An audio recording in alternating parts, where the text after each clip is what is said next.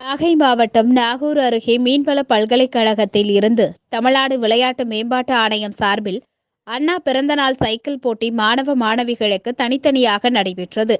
13 வயதிற்குட்பட்ட மாணவர்கள் 15 கிலோமீட்டர் தூரமும், 15 முதல் 17 வயதுக்கு உட்பட்ட மாணவர்கள் 20 கிலோமீட்டர் தூரமும், 13 வயதுக்குட்பட்ட மாணவிகளுக்கு 10 கிலோமீட்டர் தூரமும், 15 முதல் 17 வயதிற்குட்பட்ட மாணவியர்களுக்கு 15 கிலோமீட்டர் தூரம் போட்டி நடைபெற்றது. 100க்கும் மேற்பட்ட மாணவ மாணவிகள் பங்கேற்ற போட்டியினை மாவட்ட விளையாட்டு அலுவலர் குமரன் கொடியசைத்து தொடங்கி வைத்தார். இறுதியாக சைக்கிள் போட்டியில் வெற்றி பெற்ற மாணவர்களுக்கு ரொக்கப் பரிசும் சான்றிதழ்களும் வழங்கப்பட உள்ளது.